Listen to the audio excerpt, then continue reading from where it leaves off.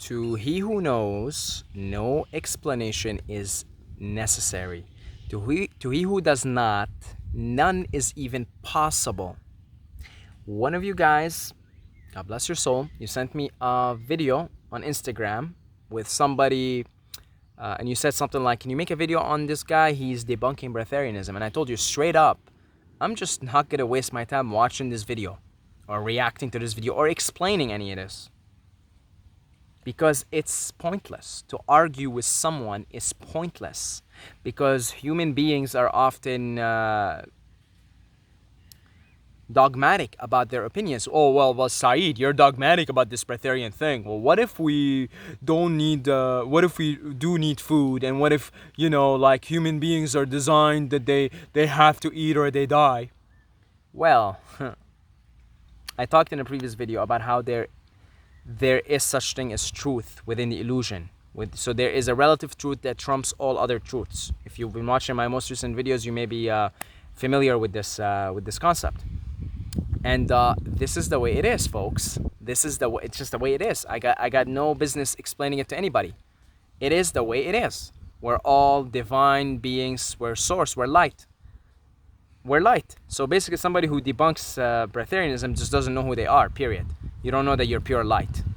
You don't know that you're pure consciousness, you're pure love, you're pure fulfillment, pure peace. And you have no need, no lack. You just don't know it. So that you're just demonstrating your ignorance by debunking breatharianism. Which is the initial, the original perfect state of a human being. Before we ate the apple, before we fell out of this state of perfection. And that is both literal and metaphorical, the eating of the apple. So, it is what it is. It is what it is. Like, why am I arguing this? I'm not fighting for this cause. I don't want to fight for any cause. To he who knows, no explanation is necessary. To he who does not, none is even possible. Krishna says in the Gita, it is immoral to preach wisdom to those who are not ready to hear it. It is immoral. It's an immoral act. Do you get this? You get negative karma. You get negative karma. Why? Because you are not wise enough to understand that other soul you're trying to convince is on their journey. You're not respecting their path and their free will. You're causing a hostile vibe. So you're creating some form of negative karma by causing hostility. But with wisdom, you understand, there's nothing for me to tell this person. There is nothing for me. It is an immoral act to preach wisdom to those who are not ready to hear it. To he who understands, no explanation is needed. What we do in these videos is we affirm. When you guys that understand this, the breatharianism, understand what it is to live off prana, you watch these videos to reaffirm your understanding, not to understand, not to, my explanation, my so-called explanation is just reaffirming for what you already know deep down of who you are and how things are.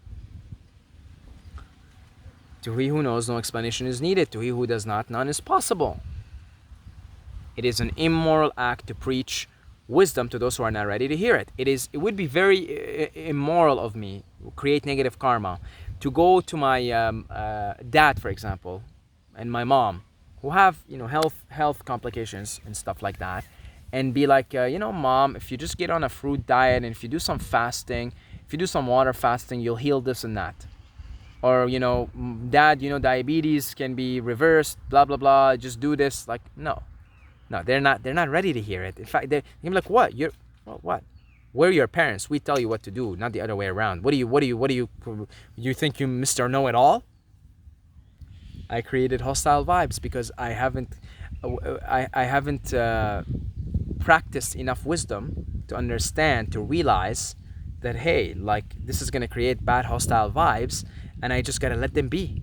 I gotta let them be. I gotta let them be. Just let them be who they are. Let them do their thing and let them learn from life. Let them learn. I cannot interfere. I cannot interfere with their karma, with their soul journey, with their free will. Why am I interfering here? By interference, I'm creating bad, negative, hostile vibes. This is why the folks up there in the Confederation of Light, they only reach out to those who ask. So hence, ask and you shall receive. Angels rarely interfere in our affairs unless we ask them. because they're wise enough to understand that it's going to create bad hostile vibes here. We're not going to reach out to anybody that's not ready for our angelic angelic message. Otherwise, what happens when you've been in a cave for 20 years? If you get out and the sun is bright, it may blind you. It may very well blind you. You have to go very slowly first, little bit by little bit. It may very well blind you. So the light and the truth may very well blind some people. So that's why Krishna says it is an immoral act to preach wisdom to those that are not ready to hear it. So then it would be a waste of my time to even try to attempt. I would be wasting my energy instead of just continuously illuminating myself and illuminating those who are ready to hear. Otherwise, again, it's just, I'm just wasting time and energy here and creating bad vibes, hostility, negative karma. Why do I want to convince you? Why do I want to convince you of anything? Why? There's a saying, if it's, this is from the Law of One, from Ra. If it's straight, I help it along. If it's crooked, I leave it alone. That's beautiful. Here, I'm going to say it again. If it's straight, I help it along.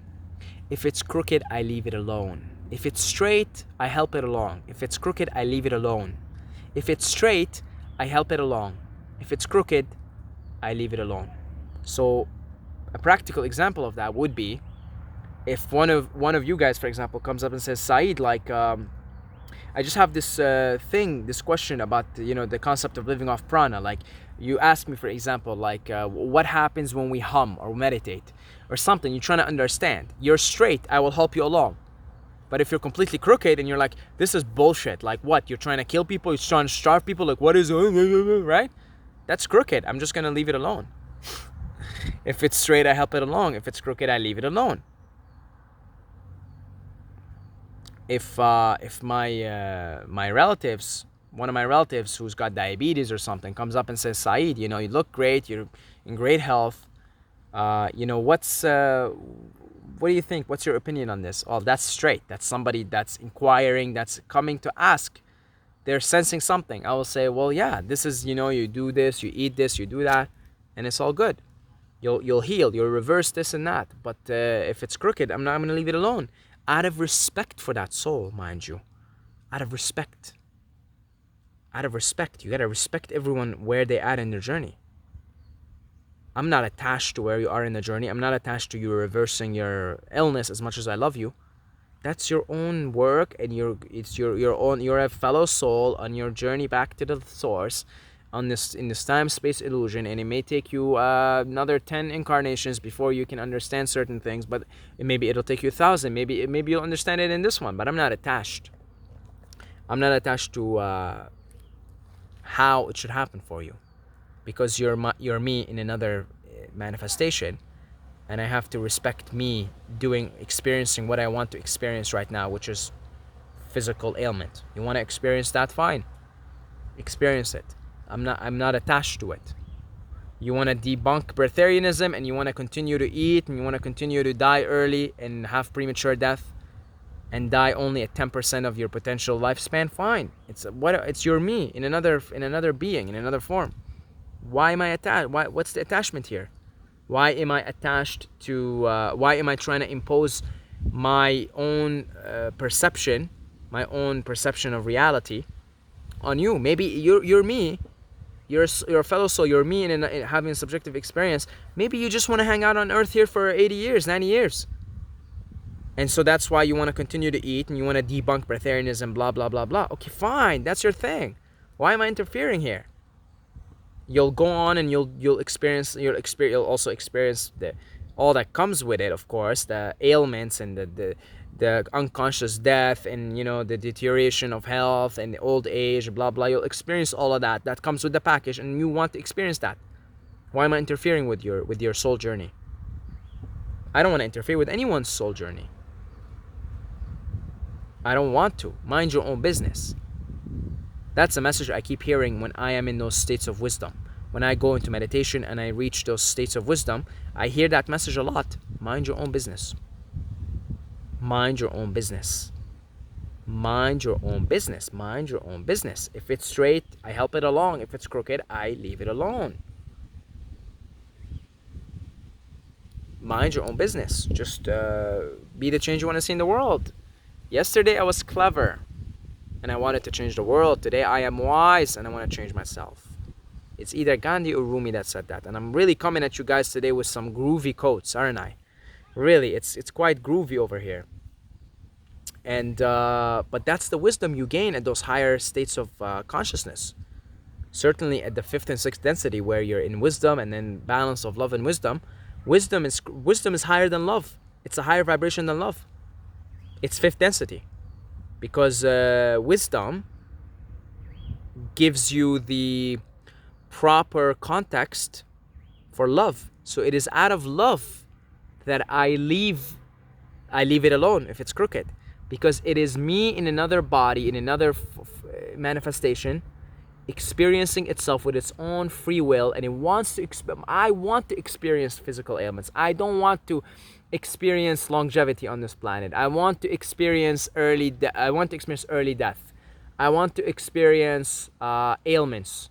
That's just what you want to experience, and out of love for you and respect and love, I will not interfere.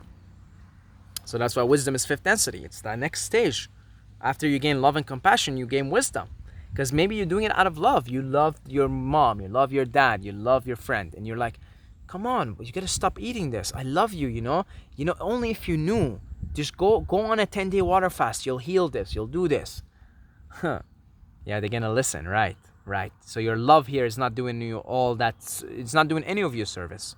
When your wisdom now, combined with your love for them, says, well, I love you and I have to let you be, because I love you, because I respect your free will and you want to experience this. It's a difficult jump to go from fourth density to fifth, because a lot of your attachments to what love is are challenged in that jump. And then in sixth, you balance love and wisdom, of course. And then that's the balance of love and wisdom, by the way.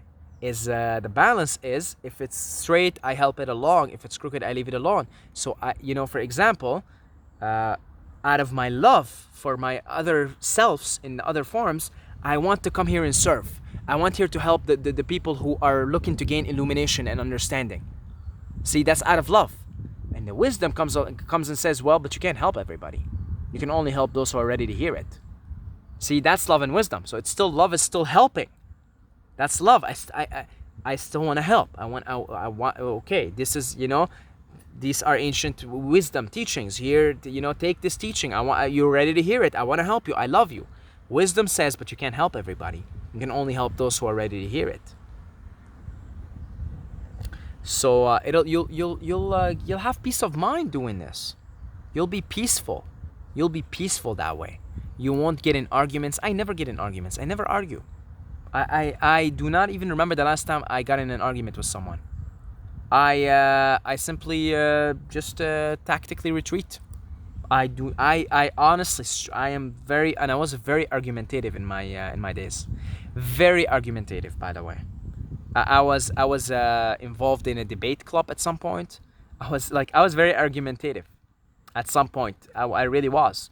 And I would get in all kinds of arguments, philosophy arguments, religion arguments, because, at some point I was more leaning towards, when I was atheist also, I was kind of defending for atheism. So I was getting in those arguments with these Muslims, my friends, that why atheism is the way. And Islam is, now, it's now I don't get in any argument. And now with atheists, not with Muslims, not with anybody. And I used to get in all kinds of arguments about who's the better player, who's this, sport arguments. Oh, I was so argumentative. And I was good at it. You can imagine. I mean, you see how fluid I am with these videos. You can imagine, I was really good. I was hard to debunk. I always had my proofs, and I always had my counter arguments. I was really good at it too. I remember when I was in the debate club, it was whenever this guy was on, I was like, oh man, but then you realize, you begin to understand that arguing is pointless. That's wisdom. There's no point in arguing with anybody. No point. Just tactically retreat. Just retreat. And I don't respond to any comments that are usually, like, no, I just don't respond. I just I hide sometimes I just be like, okay, this person's predicament is so deep, hide, just bye bye. I don't, not even in the consciousness of this channel. If it's something genuine, then I usually, I will respond. But if it's an open-minded inquiry, but otherwise, oh, but Said, you're being close-minded. It's like, oh, well, it is what it is. The old saying, it is what it is. There is a certain, it is what it is. It is what it is. It is what it is. Humans are beings of light, and they do not need to eat physical food. And if they don't, and they plug into prana, they will live much longer and be much healthier. It is what it is. I'm not gonna argue that with anybody. And that goes for everything else. There is a certain level of truth you get to. Intuitively, experientially, when you experience these states, then you know. When you experience the breatharian state, the pranic state, and that's it. You know what's up.